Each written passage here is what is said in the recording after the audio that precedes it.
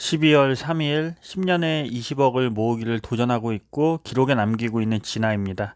지금 오늘 첫눈이 왔는데 첫눈 왔는데 뭐 이제 늙어가지고 그런 어떤 특별한 감정은 없네요. 아니 왜 이렇게 웃기지? 아니 그게 아니고 지금 고통의 시간입니다. 고통의 시간이고 주식 처물려가지고 지금 뭐 아무것도 할 수 없는 그런 정말 힘없는 개미인데 지금 개미 입장인데 여기서 제가 주식 매매를 좀 실수를 해서 지난번에도 기록에 남겼지만 다시 한번 좀 혼란스러워요. 그게 제가 생각했던 거하고 방향이 틀렸기 때문에 그거에 대해서 앞으로 어떻게 진행이 될지에 대한 그런 확신이 더 안 쓰고 더 걱정이 되는 거죠. 걱정이 되는데 그런 부분을 다시 한번 돌이켜 보고 앞으로 어떻게 대응을 해야 될 것인가 정신 차리고 정신 차리고 이놈아 정신 차리고 어떻게 대응할 것인가에 대해서 기록에 남겨봅니다. 저는 주식을 그 중장기 종목으로 투자 한 30%, 장기 투자 한 30%, 그다음에 ETF를 한 40%총 원금에서 그렇게 투자를 하고 있는데 우선 종목 같은 경우에는 저는 그 주식 그 회사가 앞으로 지금 발전을 하고 있는지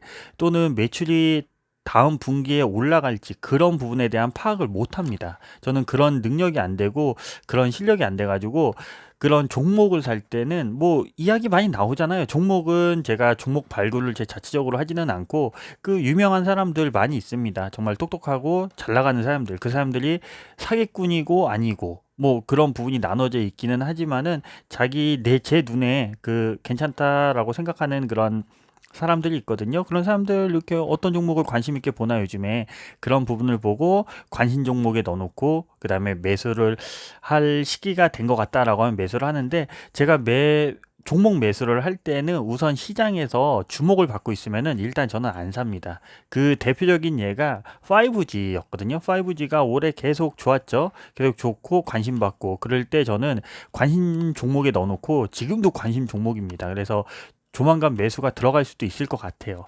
근데 그렇게 사람들이 핫하게 관심을 보일 때는 이미 많이 올라와 있는 상태예요. 어느 종목을 보든 다 그렇지 않나요? 저만 그러는지 모르겠지만 거기서 더 먹을 게 과연 있을까라는 생각을 해서 만약에 종목을 바닥이라고 하는 것도 웃기지만 저점에서 좀 쌀 때 그때 산 게 아니면 어느 정도 전고점에 올라오고 이러면은 저는 주식 그 섹터는 보지는 않고 관심 종목에 넣어놓고 떨어지면 사고 안 그냥 쭉쭉 날아가면은 저는 안 삽니다.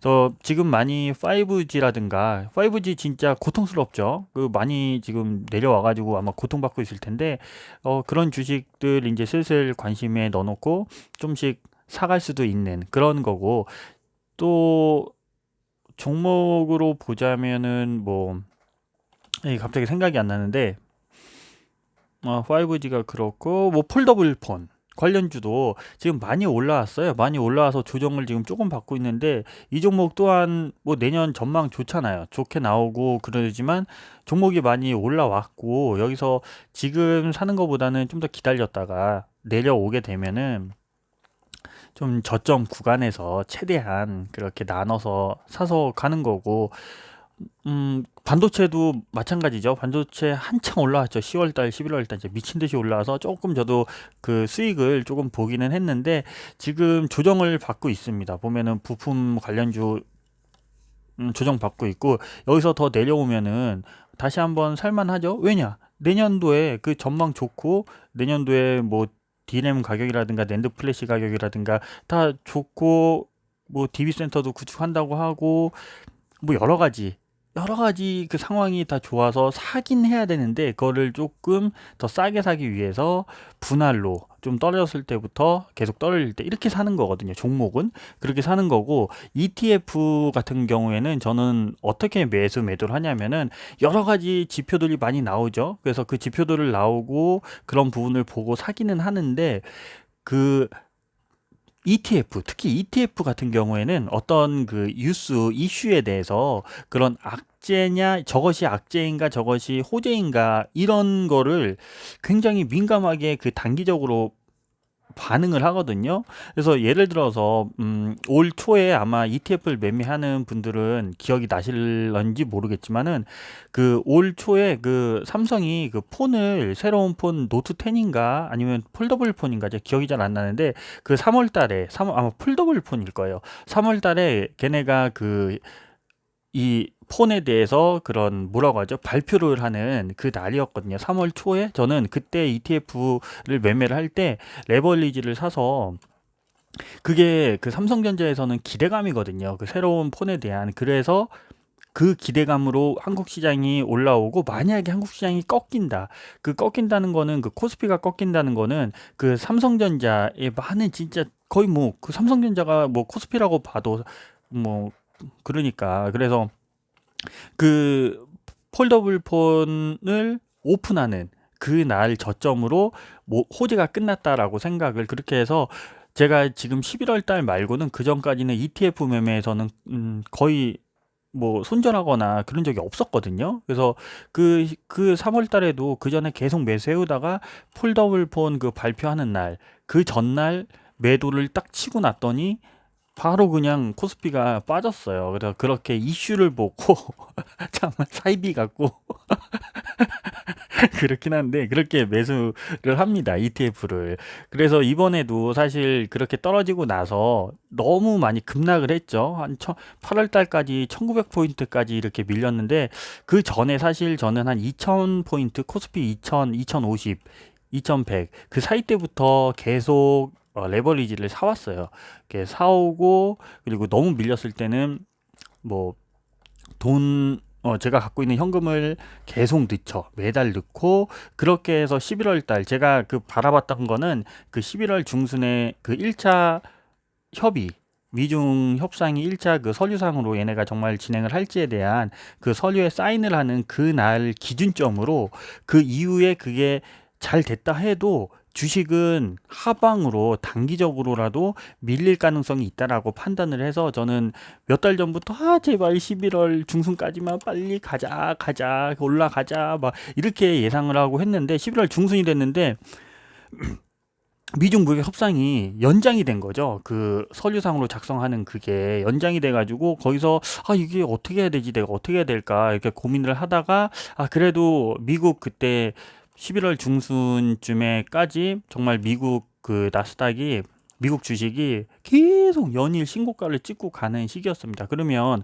우리나라도 그때 2165를 찍고 내려올 게 아니고 거기서 그래 한 2200까지는 좀 올라가지 않을까. 저는 오히려 2200 올라가서 한 2250까지도 갈 수도 있을 것 같다라고 생각을 해서 2200까지만 딱 먹고 그 위에는 버블이다 생각을 했거든요. 그 버블이다라고 생각을 한 이유는 아무리 코스피가 그런 어떤 호재를 가지고 올라간다고 쳐도 그게 결국에는 한국이 그 매출 순수익을 기반으로 해서만 그 안에서 그 밴드 안에서만 움직인다라는 그 생각을 하기 때문에 우리나라가 지금 그렇게 좋지가 않잖아요. 그래서 2017년도에 그 폭등을 할 때도 보면은 그때 실제로 순수익이 높았습니다. 그렇기 때문에 그게 실적 따라 움직이기 때문에 그래서 저는 2200 이상은 거품이다라고 생각이 들 수가 있어서 아주 좋은 시나리오는 사실 2200에 팔고 여기서 거품이 좀 더 올라왔을 때 인버스 쳐서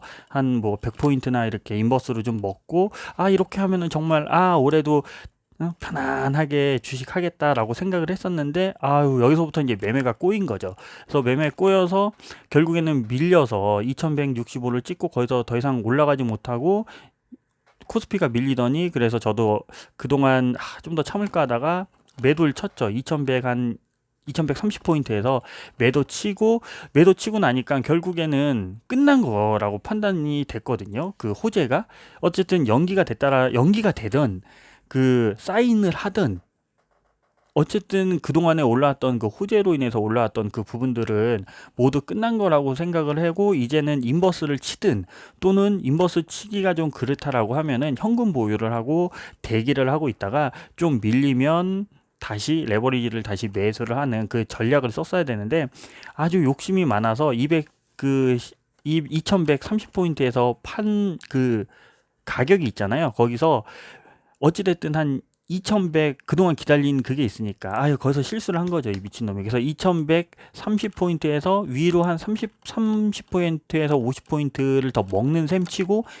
인버스를 쳐가지고 한 30포인트, 30에서 50포인트 정도만 먹고 빠지자. 그러면은 내가 생각했던 거 달성을 했으니까 거기서부터 매매가 꼬인 겁니다. 거기서부터 매매가 꼬였고, 그래서 인버스를 치고, 그러면 거기서 인버스를 쳤으면 그냥 들고 갔으면 되는데 거기서 미국 주식이 너무 신고가를 계속 찍길래 이게 또 판단을 잘못했나? 물론 거기서 제가 인버스를 친 이유는 그 홍콩 인권법에 사인을 하는 날이 그 미국 의회에서 결정이 되고 나서 10일 안으로 트럼프가 사인을 하던 거부권을 행사를 하든 그렇게 됐어야 되는 상황이었고, 그리고 지금 그 미국 의회에서 그 찬성이 몇 프로 이상, 3분의 2인가 몇 프로 이상이 찬성이 나와버리면은 그 트럼프가 거부를 행사를 해도 그게 그 통과가 된다고 하기 때문에 트럼프 입장에서는 사실 사인을 안 할 이유가 없거든요. 사인을 해야지 정치인인데 그 나라 그 국민들이 좋아하지 않겠어요? 그래서 어쩔 수 없이 사인을 해야 되는 상황이었고, 그렇지만 그게 주식에서는 악재다라고 생각을 했기 때문에 그 사인하는 날까지 또는 그 날에서 좀 더 뒤로까지도 주식이 좀 밀릴 수 있을 것 같다라고 해서 그 판단으로 주식을 샀는데 미국이 너무 신고가를 찍어버리니까 이게 홍콩 인권법이 이게 그렇게 생각하는 악재가 아니었나? 그렇게 생각이 든 거죠. 판단을 잘못한 거지. 그리고 그 전에 트럼프가 중국하고 미국 미중 무기 협상을 잘하기 위해서 그때 그랬잖아요. 홍콩 그 시위하는 거에 대한 자기가 손을 놓겠다, 관심을 끄겠다. 옛날에 그 터키 옆에 그 쿠르크 민족인가? 아무튼 그 걔네한테 이용해 먹고 손 뗀 것처럼 그렇게 중국이 지금 더 우선순위니까 그 홍콩에 대해서 걔네가 한 발을 빼고 중국 편을 들어줬거든요. 그런 의견을 발표를 했거든요, 트럼프가. 그래서 홍콩 인권법도 그렇게 악재가 아닌가 하고 그걸 뺐죠.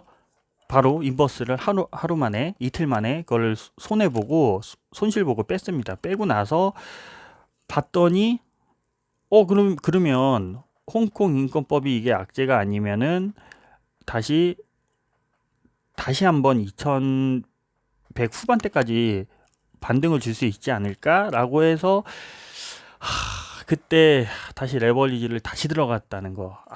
꼬이기 시작한 거죠. 그 두 번의 매매가 이번 레버리지 매매 그 인버스하고 그 ETF에서 제가 실수를 한 부분이고, 그러면 이렇게 해서 지금 처물려 있고 그거를 잘못 판단을 했기 때문에 그거에 대해서 누가 누구를 원망하겠습니까? 제 탓인데. 그래서 그거를 들고 가고 있는데, 그러면 앞으로 그럼 주식시장이 어떻게 될까? 어떤 이슈가 남아있고 ETF를 말하는 겁니다. 종목별로는 사실 이게 언제 올라가고 이런 거는 그냥 기다리면 되니까 크게 걱정이 없는데, ETF가 아무래도 비중이 많고 그나마 제가 판단하고 생각할 수 있는 그런 쪽이라서 더 신경이 쓰이는 것 같아요. 그래서 지금 조정을 계속 받고 있죠. 그리고 이 앞으로 있을 우선 악재는 우리나라 기준으로 해서 악재는 MSCI 그 편입되는 거는 이미 악재 지나갔고 그거는 끝났고 그것까지 조정을 받았다라고 저는 생각을 하고, 그 다음이 홍콩 인권법, 그것도 끝났죠. 그것도 끝나서 악재가 끝났고, 근데도 이렇게 주식이 지금 밀리고 있는 이유를 보면은 12월 15일 날 그 미국이 중국한테 그 부과하는 그 결정되는 날이잖아요. 그거를 연장을 할지 아니면 진짜 부과를 할지, 그 자체는 사실 악재거든요. 그러면은 주식이 여기서 밀려야 되는 게 맞죠. 그 단기적으로. 근데 제가 조금 희망하는 거는 여기서 좀 조정을 너무 세게 안 줘서 나의 이 약한 이 심장에 약한 이 마음에 조금 동요가 덜 일으키게끔 그렇게 해줬으면 좋겠다라고 했는데, 그나마 그래도 레버리지를 사서 물려서 좀 덜 불안해요.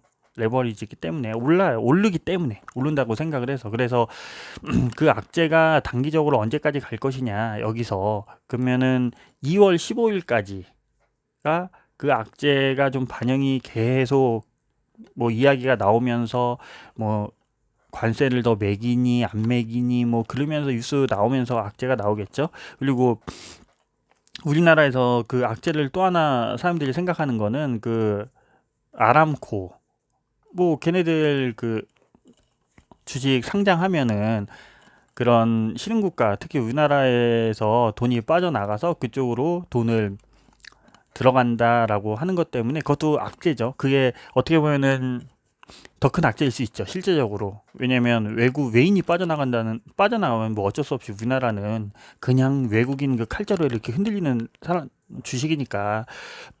그래서 그 악재도 남아 있고, 그래서 지금은 호재가 없는 그런 기간이긴 해요. 근데 이 기간도 2주 정도 지나면 어느 정도 안정을 찾지 않을까. 그 전에 더 올라와 주면 좋긴 하지만 크게 기대는 하진 않고, 그래서 15일 그날 기점으로 조금 내년을 이제 다시 한번 바라보는, 그렇게 돼야 되지 않을까. 지금 할 수 있는 건 아무것도 없습니다. 그냥 대기하는 것밖에 없고. 그리고 실제로 미국이 그 호재 악재로 따졌을 때 한 가지 잘못 생각을 했던 게, 미국이 그 이번 올해에 그 11월 말에 있을 그 블랙 프라이데이 그 날이 호재잖아요. 그때 기업들이 매출이 많이 올라오고, 그리고 이번 뭐 블랙 프라이데이 때 그런 매출 증가가 작년에 비해서 4% 이상 올라온다라는 그런 그 예상들이 있었는데, 그 예상이 선반영된 거지. 그 보면은 미국 주식이 그 호재가 끝나고 나서 밀렸을 때 걔네 기준으로 봤을 때는 그 블랙 프라이데이 그날 기준으로 주가가 떨어진 거거든요. 그래서 이게 내가 이 생각까지 내가 못했구나. 사실 호재가 악재가 뭐 만들면 악재고 호재가 만들면 호재라고 그렇게 주식 바닥에서 시장에서 그렇게 이야기를 하고 있지만은 어쨌든 뭐 그런 걸 놓친 부분도 있고. 그래서 결론은 그거죠. 닥치고 홀딩. 닥치고 존버인데, 그래도 존버를 하더라도 이게 정말 폭락을 할지에 대한 그 무서움이 있으면 견디기가 힘들잖아요. 그래서 어느 정도 자기만의 이유를 찾고, 이게 폭락을 할 시기인 건지 아니면 단기 조정으로 인해서 좀 더 현금이 있으면 좀 더 용기 있게 태울 수 있는지에 대한 판단을 해야 되거든요. 그래서 저는 우선 지금이 단기 폭락이 아니고 단기 조정이라고 생각을 하고, 여기서 거품 없이 만약에 빠진다. 그 거품 없이라는 말은 빠질 만큼 빠질 수 있는 그 지수는 한 2050포인트? 2050 끽해야 2000, 그래. 거기까지 빠지는 거고, 여기서 더 빠진다. 더 빠지면은 이제 그것도 그거죠. 과대 낙폭이라고 해야 되나? 그렇게 생각을 해요. 그래서 제가 그 코스피 지수 1220에서 다시 레버리지를 매수를 했기 때문에, 거기서 더 빠지면은 100포인트까지 생각을 하고, 그 구간이 왔을 때 제가 그 구간이 온 시점하고 제 월급날이 만약에 맞춰지면은 저는 더 매수할 거다. 더 매수하는 그런 방식으로 그렇게 계획을 세워서 앞으로 그렇게 할 거라는 거. 그래서 지금 우선 중요한 거는, 지금 많이 힘든 시기이다. 원래 단기 조정을 받으면은 제 모든 그 계좌가 10%면 그냥 아유 미친 듯이 떨어지고 더 떨어지면 어떡하나 이런 걱정이 되긴 하거든요. 그래서 그렇지만 그게 조정일 뿐이다 라는 게 제 생각입니다. 그래서 들고 가는 거고, 이 고통, 이 잘못 판단을 해서 계좌가 깎이는 이 고통은 내가 선택한 거기 때문에 받아들이고, 그 고통을 이 온몸으로 쳐받고, 그리고 제가 할 수 있는 건 뭐냐? HTS를 안 여는 거. HTS를 안 열고 그냥 그렇게 살면 된다는 거. 그래서 아무튼 그렇다는 거. 그래서 잘 견디고 올해는 이렇게 지나가는 것 같은데.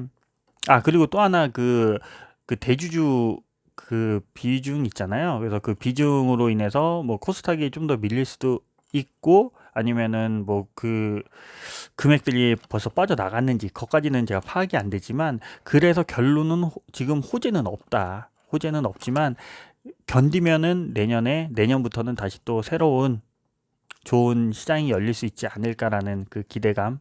떨어지면은 사야 된다. 라는 생각입니다. 결론은. 그래서 하여튼 잘 됐으면 좋겠고, 이게 쓸데없이 얘기를 하는데 시간이 되게 오래됐네. 아무튼 화이팅. 힘이 쭉 빠지고 그렇긴 하지만 뭐 주식시장 망하지 않고 우리나라 망하지 않는다. 내년에는 좋은 날이 있을 거다. 아무튼 그렇게 생각합니다. 파이팅 화이팅. 살아남아 보자.